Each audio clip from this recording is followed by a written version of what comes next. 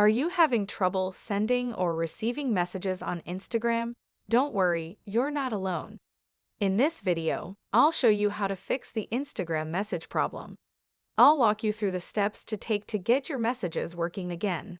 So make sure to watch this video all the way to the very end to learn how to troubleshoot this common issue.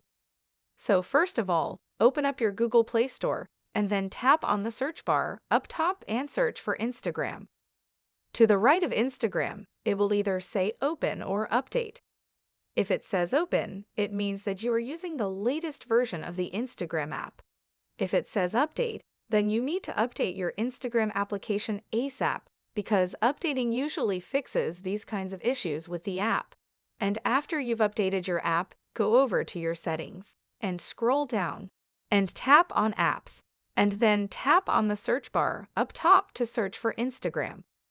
When you are on this screen, tap on Storage, and then you want to clear all of the data that is associated with the app. So go ahead and tap on Clear Data. The reason for this is that it will clear out all of the corrupted data that might have been collected over time by the Instagram app. So after you clear the app data, go back and tap on Permissions. You want to give permission for all of these. Once you have done that, restart your device.